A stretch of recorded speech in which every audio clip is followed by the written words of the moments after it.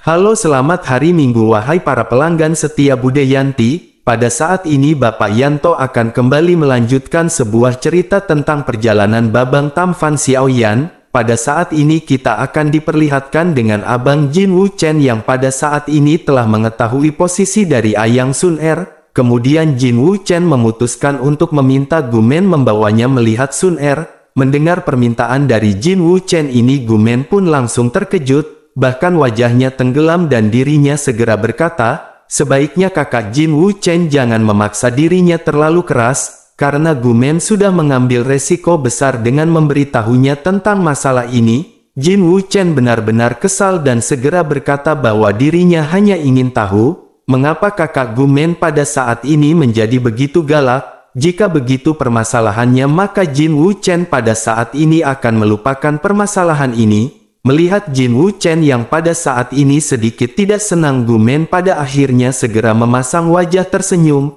Gumen berkata agar saudara Jin Wu Chen jangan marah. Pada saat ini bukannya dirinya tidak mau membawa Jin Wu Chen ke sana, akan tetapi pada saat ini tempat Sun Er berada di rumah tahanan bawah tanah yang sangat rahasia. Lalu dengan posisi yang dirinya miliki pada saat ini, dirinya benar-benar tidak memiliki hak untuk mengetahui hal itu. Terkecuali jika dirinya bisa naik ke tingkat lain, mungkin dirinya bisa membantu saudara Jin Wu Chen. Tetapi hal ini benar-benar tergantung pada dukungan dari saudara Jin Wu Chen. Mendengar hal ini, Jin Wu Chen pun segera bertanya, apa yang dimaksud oleh saudara Gumen? Tentu saja Jin Wu Chen akan sangat mendukung saudara Gumen. Apakah maksud saudara Gumen pada saat ini jika saudara Gumen dipromosikan? Maka semua urusan Jin Wu Chen dengan klan Gu akan menjadi lebih baik. Gumen pun tersenyum dan berkata bahwa Jin Wu Chen benar-benar pandai dan mengetahui semua hal. Keduanya pun pada saat ini kembali tersenyum dan berbincang-bincang santai. Sementara itu di sisi lain tidak diketahui sudah berapa lama Xiaoyan dan Kailin berada di dalam rumah. Xiaoyan juga tidak ingat berapa kali dirinya bergegas ke puncak ombak yang deras. Xiaoyan hanya tahu bahwa Kailin jatuh dalam suara memohon belas kasihan terus-menerus. Setelah banyaknya pasang surut di antara keduanya, Xiaoyan pun duduk perlahan dan merasa sakit di mana-mana. Xiaoyan pada saat ini benar-benar lemah dan merasakan tidak adanya kekuatan di bagian tubuhnya. Tetapi tangan Xiaoyan pada saat ini masih enggan melepaskan kelembutan elastis di hadapannya.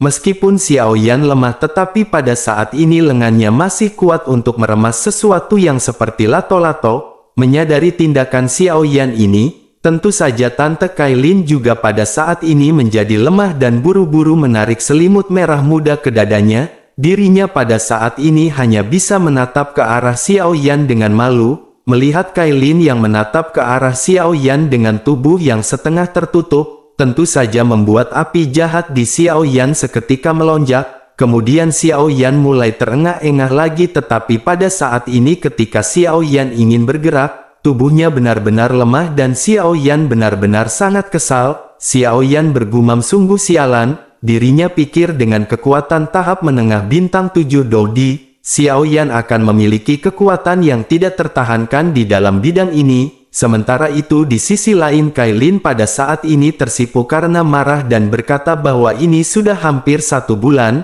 Apakah pada saat ini Xiaoyan masih belum puas juga? Apakah Xiaoyan pada saat ini ingin membunuh Kailin? Menanggapi hal tersebut, Xiaoyan pun nyengir dan berkata, siapa suruh Kailin terlihat begitu menggoda? Sementara itu di sisi lain, untuk beberapa alasan Kailin pada saat ini tiba-tiba memikirkan Xiaoqi dan King Mu'er. Bayangan Xiaoyan dan Xiaoqi begitu juga dengan King Mu'er yang saling mencintai tiba-tiba muncul di benak Kailin. Dengan hati yang perih, Kailin pada saat ini segera bergumam, bukankah selama ini Xiaoyan tidak menganggur sama sekali? Bukankah selama ini Xiaoyan telah ditemani oleh Xiaoqi dan King Mu'er? Secara tiba-tiba emosi dari Kailin pada saat ini melonjak hingga dirinya lanjut bertanya, apakah Xiaoyan memiliki wanita lain? Menanggapi kemarahan Kailin ini, api jahat Xiaoyan seketika padam. Xiaoyan pada saat ini hanya bisa nyengir dan bingung harus berbicara apa. Sementara itu di sisi lain, sensitivitas wanita terhadap permasalahan ini sepertinya memiliki kekuatan di tahap bintang 9 Dodi. Melihat Xiao Yan yang gagap pada saat ini, Kailin segera menyadari ada yang salah. Tiba-tiba sosok Zenni pada saat ini segera muncul di benaknya. Kailin tidak tahu mengapa sosok Zenni pada saat ini tiba-tiba muncul di benaknya hingga akhirnya dirinya duduk dengan tiba-tiba. Kailin mengabaikan selimut yang tergelincir dan mengungkapkan helm bogo. Dengan marah Kailin berkata bahwa Xiao Yan pada saat ini harus mengatakan yang sebenarnya kepada Kailin. Menanggapi hal itu, Xiao Yan pada saat ini masih bingung untuk berbicara. Sementara itu wajah cantik Kailin pada saat ini menjadi semakin tenggelam. Pada akhirnya Xiao Yan yang bingung memutuskan untuk menceritakan semuanya. Xiao Yan berpikir bahwa Kailin pasti akan tahu cepat atau lambat mengenai permasalahan ini. Pada akhirnya Xiao Yan mengucapkan sebuah kalimat bahwa wanita itu adalah Qinglin.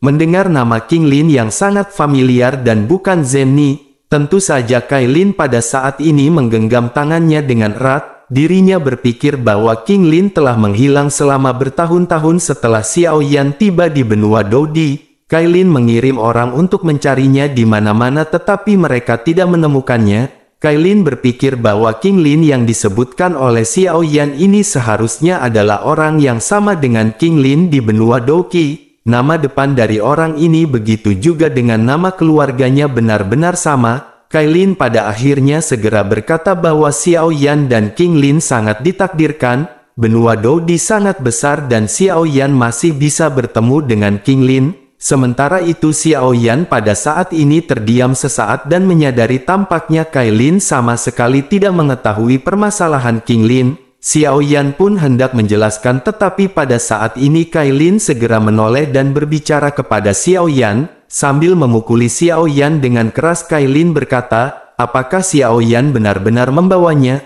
Sun Er dan saudari Qinglin ke sini? Bersamaan dengan itu Kailin tiba-tiba memikirkan sesuatu dan segera bertanya dengan marah. Kailin berkata jika begitu permasalahannya mengapa Xiao Yan tidak menikahi Qinglin? Xiao Yan seharusnya tahu bahwa jika Xiao Yan dan Qinglin berhubungan baik, Sun Er dan Kailin tidak akan pernah keberatan mengenai hal itu. Saudari Qinglin sangat baik dan mengapa Xiao Yan ingin mengecewakannya? Apakah karena permasalahan ini hingga akhirnya Qinglin pergi dengan marah? Pada saat ini Kailin tampak seperti bukan istri Xiao Yan pada saat ini, akan tetapi seperti Ratu Medusa yang sangat galak. Dirinya memelototi Xiao Yan seolah-olah dirinya akan membunuh Xiao Yan seperti sebelumnya. Bahkan Xiao Yan pada saat ini tidak bisa menahan diri untuk tidak menggigil. Xiao Yan pada akhirnya memeluk Kailin ke dalam pelukannya dan berpikir bahwa ini adalah kode. Namun Xiao Yan pada saat ini menekan hal tersebut dan berkata agar Kailin tetap tenang. Hal-hal ini tidak seperti yang Kailin pikirkan pada saat ini. Pada akhirnya Xiao Yan segera menjelaskan mengenai pertemuannya dengan Qinglin dan siapakah Qinglin sebenarnya. Xiao Yan khawatir dan takut bahwa Kailin pada saat ini akan marah besar. Tetapi ketakutan ini jelas berlebihan karena Kailin tidak memiliki kebencian kepada Qinglin. Justru setelah mendengar cerita dari Xiao Yan ini Kailin benar-benar dipenuhi dengan keterkejutan. Kailin benar-benar tidak menyangka bahwa Qinglin ternyata telah tiba di benua Dodi dan juga seorang suci dari ras monster. Kailin pun berkata bahwa Xiao Yan dan Qinglin benar-benar telah ditakdirkan. Xiao Yan pada saat ini tercengang melihat sikap Kailin yang benar-benar tidak marah. Tetapi Xiao Yan juga pada saat ini merasa lega karena Xiao Yan memiliki slot satu lagi. Sementara itu di sisi lain Kailin berpikir sejenak sebelum akhirnya bertanya, apakah klan monster tahu tentang hal ini? Mendengar hal itu Xiao Yan yang pada saat ini merasa malu segera menekan perasaannya. Xiao Yan segera berkata bahwa Xiao Yan tidak berani membiarkan mereka mengetahui hal ini. Bagaimanapun orang suci adalah kepercayaan dan simbol dari klan monster. Jika mereka tahu bahwa orang suci mereka telah dicat oleh Xiao Yan, maka Xiao Yan khawatir Xiao Mansion akan dikelilingi oleh orang-orang dari klan monster sejak lama. Sehingga dengan begitu maka Xiao Yan dan yang lainnya akan diseret keluar dan dipotong-potong. Mendengar penjelasan Xiao Yan ini Kailin jelas mengkhawatirkan Xiao Yan dan juga Qinglin.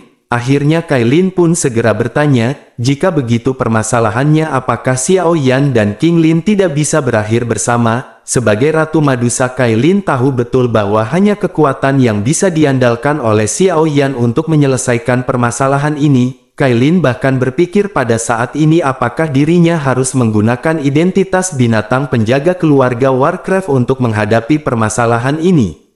Sementara itu di sisi lain Xiao Yan pada saat ini benar-benar sangat senang dengan sikap Kailin. Akhirnya Xiao Yan berkata dengan bangga agar Kailin jangan khawatir, Xiao Yan pasti akan memberikan King Lin hasil dan Xiao Yan tidak akan pernah membiarkan wanitanya kehilangan statusnya tanpa alasan. Selama kekuatannya cukup untuk menonjol di kerumunan, maka semuanya akan diselesaikan dengan mudah. Kailin memandang ke arah Xiao Yan dengan sedikit bersemangat dan api hasrat di tubuhnya pada saat ini mulai bangkit kembali. Sebuah kenangan masa lalu pada saat ini segera terlintas di mata Kailin ketika Xiao Yan berhadapan dengan para tetua dari ras ular miliknya. Kailin pada saat ini benar-benar menyukai keberanian dari Xiao Yan, tetapi dirinya juga pada saat ini menyadari sesuatu. Kailin juga tahu bahwa klan monster adalah raksasa di benua Dodi. Klan monster ini benar-benar bukanlah sesuatu yang bisa disinggung oleh Xiao Yan dengan sembarangan. Memikirkan hal ini Kailin pun segera berkata jika begitu permasalahannya maka Xiao Yan harus bekerja keras untuk meningkatkan kemampuannya. Sebelum kekuatan Xiao Yan mencapai tingkat yang diperlukan maka Xiao Yan dan King Lin harus menjaga permasalahan ini dari klan monster. Xiao Yan pun mengangguk mendengar perkataan dari Kailin ini. Sementara itu rasa sakit yang dalam pada saat ini menusuk di dalam hati Kailin. Kailin bergumam bahwa King Lin datang sendirian dari benua Doki. Dirinya benar-benar menanggung beban berat sebagai orang suci dari ras monster. Pada saat ini King Lin benar-benar berusaha sendirian di sana tanpa ada yang dirinya kenal. Kailin pun menekan kesedihan di dalam hatinya sementara Xiao Yan pada saat ini memeluk Kailin. Xiao Yan pun segera berkata bahwa suatu hari nanti Xiao Yan akan menikahi semua wanitanya di Xiao Mansion. Mendengar perkataan Xiao Yan ini Kailin pada akhirnya segera kembali teringat kepada Zenny. Kailin pun menjauhkan diri dari Xiao Yan dan menatap tajam ke arah Xiao Yan. Sementara itu hati Xiao Yan pada saat ini bergetar dan Xiao Yan kembali panik. Mata Xiao Yan menghindari tatapan dari Kailin dan kulitnya berubah menjadi merah dan putih. Xiao Yan jelas tahu ekspresi Kailin dengan sangat baik dan pada saat ini Xiao Yan menyadari Kailin sedikit marah. Kailin menatap ke arah Xiao Yan dengan tajam dan dengan nada yang acuh tak acuh dirinya bertanya siapa lagi. Mendengar pertanyaan Kailin ini Xiao Yan benar-benar tidak tahu bagaimana cara menjawabnya. Sementara itu Kailin pada saat ini kembali dipenuhi dengan pemikiran terhadap Zenny. Kailin yakin bahwa Xiao Yan dan Zenny memiliki hubungan. Kailin pun terus berspekulasi di dalam otaknya sambil menatap ke arah Xiao Yan. Sementara itu pada saat ini Xiao Yan tiba-tiba merasa bahwa wanita benar-benar menyusahkan. Kailin pada saat ini cemberut karena Xiao Yan masih belum mengucapkan sepatah kata pun. Pada akhirnya Kailin mendorong Xiao Yan untuk berbicara dengan berkata, jika Xiao Yan tidak tahu bagaimana caranya berbicara, maka sekarang Xiao Yan hanya harus menjelaskan ada apa dengan Zenny. Jangan bilang mereka berdua tidak memiliki hubungan satu sama lain. Zenny adalah wanita dengan kecantikan dan talenta yang tiada taranya dan putri seorang ketua agung. Apakah mungkin dirinya bersedia datang ke Xiao Mansion hanya untuk menjadi bawahan Xiao Yan? Kata-kata dari Kailin ini benar-benar sangat jelas dan Xiao Yan tidak lagi kesulitan berbicara. Karena Kailin sudah mengetahui hal ini pada akhirnya Xiao Yan pun segera menjelaskan segalanya tentang Zenny. Kailin pun terdiam setelah mendengarkan semua cerita dari Xiao Yan. Sementara itu Xiao Yan berkata bahwa kebaikan Zenny kepada Xiao Yan dapat dikatakan sebesar gunung. Tetapi Zenny adalah putri yang bermartabat sementara keluarga Xiao adalah anak perusahaan dari keluarga Zen. Sehingga dengan begitu maka ada perbedaan besar di antara Xiao Yan dan Zenny. Menanggapi hal itu Kailin pada saat ini merenung sejenak sebelum akhirnya berbicara dengan perlahan. Kailin berkata agar Xiao Yan pada saat ini jangan berpegang pada status keluarganya. Sebaiknya abaikan pandangan orang lain terhadap hal itu. Selain itu Zenny adalah wanita yang baik dan jika Xiao Yan tidak menikahinya, maka sia-sia Xiao Yan yang telah menjadi lelaki Kailin. Xiao Yan benar-benar terpana dan arus hangat melonjak di dalam hatinya menyadari bahwa ini adalah sebuah kode. Xiao Yan pada akhirnya segera memeluk Kailin dan berkata agar Kailin jangan khawatir karena Xiao Yan pasti akan menikahi Zenny juga. Xiao Yan bergumam bahwa akan ada 6 istri cantik dan itu adalah berkah bagi Xiao Yan. Lalu Xiao Yan pun menghela nafas dan pada saat ini Xiao Yan hanya bisa tersenyum. Sementara itu Kailin pada saat ini segera mendorong Xiao Yan untuk menjauh. Kailin dengan marah segera bertanya kepada Xiao Yan, bukankah sebelumnya api jahat Xiao Yan telah padam? Sementara itu Xiao Yan pada saat ini hanya bisa nyengir sambil menatap sepasang helm bogo yang menjulang tinggi. Lalu Xiao Yan menelan air liurnya dan seketika merambat maju. Sementara itu Kailin pada saat ini sibuk melepaskan diri dari pelukan Xiao Yan dan melompat ke bawah mengambil bajunya. Kailin pada saat ini berteriak kepada Xiao Yan bahwa dirinya benar-benar tidak bisa, karena seluruh tubuhnya akan dicabik-cabik oleh Xiao Yan dan dirinya pada saat ini benar-benar harus pergi ke keluarga Warcraft. Kailin pada saat ini benar-benar harus menyelamatkan diri dari Xiao Yan. Sementara itu Xiao Yan pada saat ini hanya bisa menghela nafas dan memadamkan api jahatnya dengan cara manual. Xiao Yan pun tersenyum tidak berdaya dan keduanya pada saat ini segera menggunakan kostum masing-masing. Lalu singkat cerita pada saat ini semua anggota inti dari Xiao Mansion telah berkumpul di aula. Semua orang memandang ke arah Xiao Yan dan Kailin dengan setengah senyum. Mata mereka penuh dengan makna yang terbukti dengan sendirinya. Orang-orang seperti Chaos Immortality, Nulong, Le Shaolong, Xiao Zhan, Nan Erming, Feng Feng dan yang lainnya meletakkan tangan mereka di paha mereka diam-diam dan mengacungkan jempol pada Xiao Yan. Lalu Tante Kailin secara alami melihatnya dan sambil memegang lengan Xiao Yan dirinya diam-diam mencubit Xiao Yan. Wajah Kailin pada saat ini benar-benar menjadi merah karena malu tetapi Xiao Yan hanya bisa menggaruk belakang kepalanya.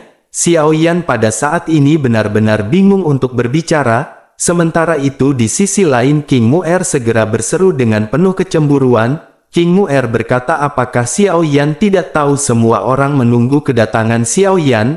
Mendengar King Mu'er yang langsung seperti itu Kailin pun menjadi lebih merah. Xiao Yan juga pada saat ini hanya bisa nyengir dan tidak tahu harus berkata apa untuk sementara waktu. Selama sebulan mereka tidak keluar dari kamar sementara Xiao Yan merasa waktunya sangat singkat. Sementara itu pada saat ini Kailin segera menekan kemaluannya, dan tampaknya permusuhan dan persahabatan wanita dapat terjadi dalam saat-saat yang sangat aneh. Kailin pada akhirnya tidak lagi mempedulikan kecemburuan King Mu'er dan malah bercanda kepada King Mu'er. Kailin berkata kepada King Mu'er ketika King Mu'er menikah dengan Xiao Yan, maka Kailin akan menunggu di sini selama 3 bulan. Kailin pun berhenti berbicara sejenak setelah melihat King Mu'er yang tersipu malu. Setelah itu Kailin lanjut berkata jika King Mu'er bisa keluar dalam waktu 3 bulan dari kamar, maka Kailin akan merapikan tempat tidurnya dan membuatkan selimut untuk King Mu'er. Semua orang seketika terkejut mendengar apa yang dikatakan oleh Kailin. Sementara itu kecemburuan dari King Mu'er pada saat ini langsung teratasi. Dirinya meraih lengan Xiao Qi dan dengan sangat malu dirinya pada saat ini hanya bisa menundukkan kepalanya. Sementara itu Kailin tersenyum mengeluarkan pemikiran terbuka dari seorang wanita dewasa. Dirinya melirik ke arah Xiao Qi, King Mu'er dan Zenny sebelum akhirnya lanjut berbicara. Kailin berkata bahwa dirinya akan pergi ke keluarga Warcraft dan mereka dapat merawat Xiao Yan dengan baik. Jika Kailin melihatnya kurus atau dekil ketika dirinya kembali, maka mereka akan menetapkan hukum keluarga. Hanya dengan perkataan ini Kailin langsung memantapkan posisinya sebagai nyonya pertama di Xiao Mansion. Semua orang pada saat ini tersepona dengan tindakan dari Kailin. Lalu akhirnya mereka segera berbincang-bincang sejenak sebelum akhirnya mengantar kepergian Kailin bersama dengan anggota klan Warcraft. Lalu setelah selesai mengirim Kailin dan 4 orang anggota keluarga Warcraft, Xiao Yan pada saat ini memiliki waktu untuk bertanya kepada Nan Erming dengan proses pendekatannya.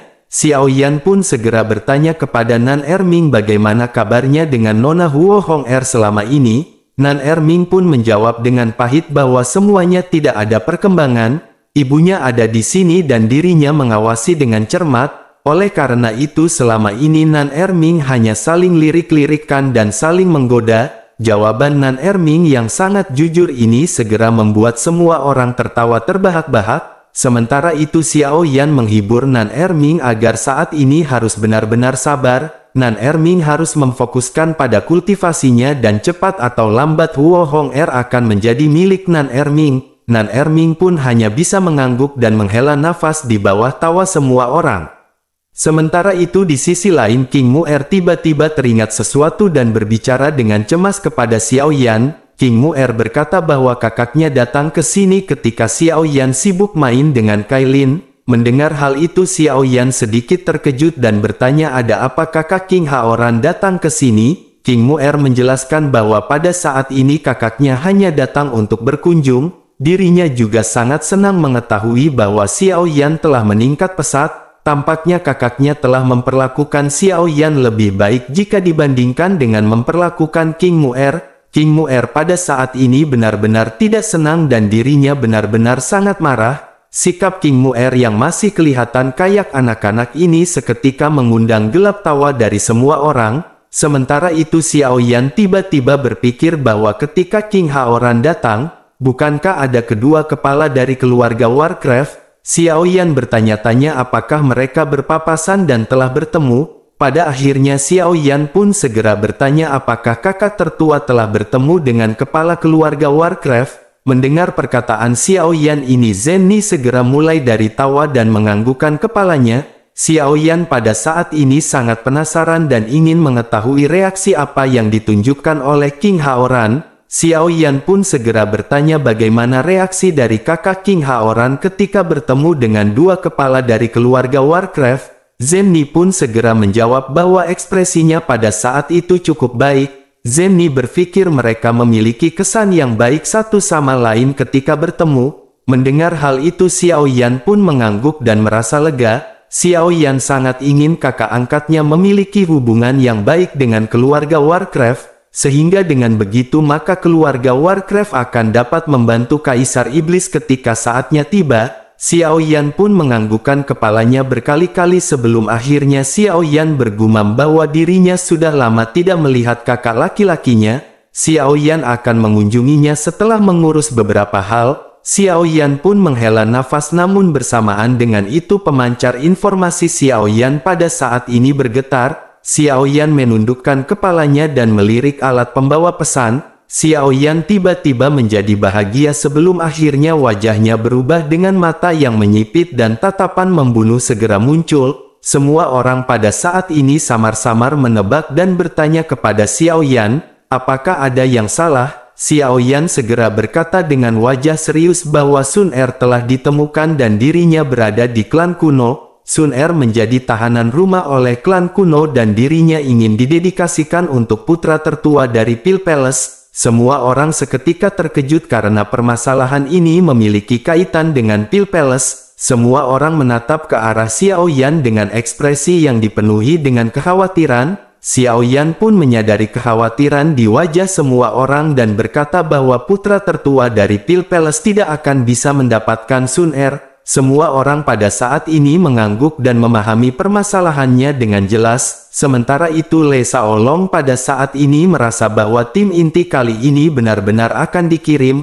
Oleh karena itu Le Shaolong segera bertanya, apakah Jin Wu Chen pada saat ini memberitahu kekuatan dari klan kuno? Xiao Yan pada saat ini sudah sangat marah dan tidak sabar dan hanya berkata bahwa yang tertinggi adalah puncak bintang 4 Dodi. Mendengar hal itu Xiao Zhan pada saat ini benar-benar sangat marah dan berkata sungguh sialan.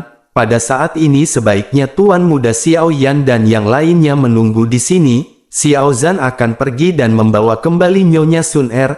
Hanya suku kuno dengan kekuatan bintang 4 yang tertinggi Xiao Zhan bisa melakukannya hanya dengan satu keterampilan bertarung. Mendengar hal itu Nan Erming juga pada saat ini berdiri di samping Xiao Zhan. Dirinya berkata bahwa pada saat ini dirinya juga akan pergi bersama dengan Xiao Zhan. Nan Erming pun segera menoleh dan bertanya kepada Xiao Yan, Nan Erming bertanya apakah kali ini hanya menyelamatkan orang atau menyelesaikan dengan membantai semua klan kuno. Melihat keduanya yang pada saat ini berapi-api, Zenny pun segera menghentikan mereka. Zenny berteriak bahwa itu adalah omong kosong dan mereka pada saat ini harus duduk terlebih dahulu. Xiao Zhan dan Nan Erming masih berani untuk berdebat dengan Lei Shaolong, tetapi jika berhadapan dengan Zenny mereka benar-benar tidak bisa melawannya. Oleh karena itu mereka pada saat ini hanya bisa menundukkan kepalanya dengan wajah tertekan dan segera duduk. Zenny pun segera berkata dengan wajah cemberut agar mereka semua tenang terlebih dahulu. Mereka tidak boleh lupa bahwa di belakang klan kuno ini adalah Pil Palace. Mendengar kata-kata Pil Palace, Xiao Yan pada saat ini segera mengangkat alisnya dengan ketidaksenangan. Menyadari hal tersebut, King Mu'er pun buru-buru berbicara. King Mu'er berkata bahwa dirinya akan pergi dan memberitahu kakak laki-lakinya untuk membuat persiapan cadangan mencegah Pil Palace bergerak. Sementara itu Zenny juga pada saat ini menyadari bahwa Xiao Yan benar-benar marah, sehingga Zenny merasa sangat hangat di hatinya dan dirinya bangga pada Sun Er. Tentu saja seorang wanita akan sangat bersyukur memiliki pria yang akan melakukan apapun untuk melindunginya. Akhirnya Zenny pada saat ini segera membuka mulutnya untuk berbicara kepada Xiao Yan. Zenny berkata bahwa dirinya tahu Xiao Yan pada saat ini cemas, begitu juga dengan Zenny. Tetapi pertama-tama Xiao Yan harus mendengarkan Zenny terlebih dahulu. Tidak peduli kekuatan apa yang terlibat, kali ini mereka akan melakukannya dan pergi ke sana. Tetapi bukankah menyenangkan bagi mereka untuk mengambil beberapa menit dan mengaturnya sedikit lebih aman? Mendengar perkataan Zenny ini, Xiao Yan pun segera mereda dan mengangguk. Sementara itu Zenny pada saat ini menoleh ke arah semua orang dan lanjut menjelaskan. Zenny berkata bahwa hal yang paling mendesak adalah menyelamatkan Sun Er terlebih dahulu. Pada saat ini Xiao Zhan, Nan Erming, Ziying, Feng Feng, Long Yi dan King Mu'er semuanya harus pergi bersama dengan Tuan Muda Xiao Yan. Tentu saja mereka harus dengan cepat menyelamatkan Sun Er dan segera kembali ke Xiao Mansion.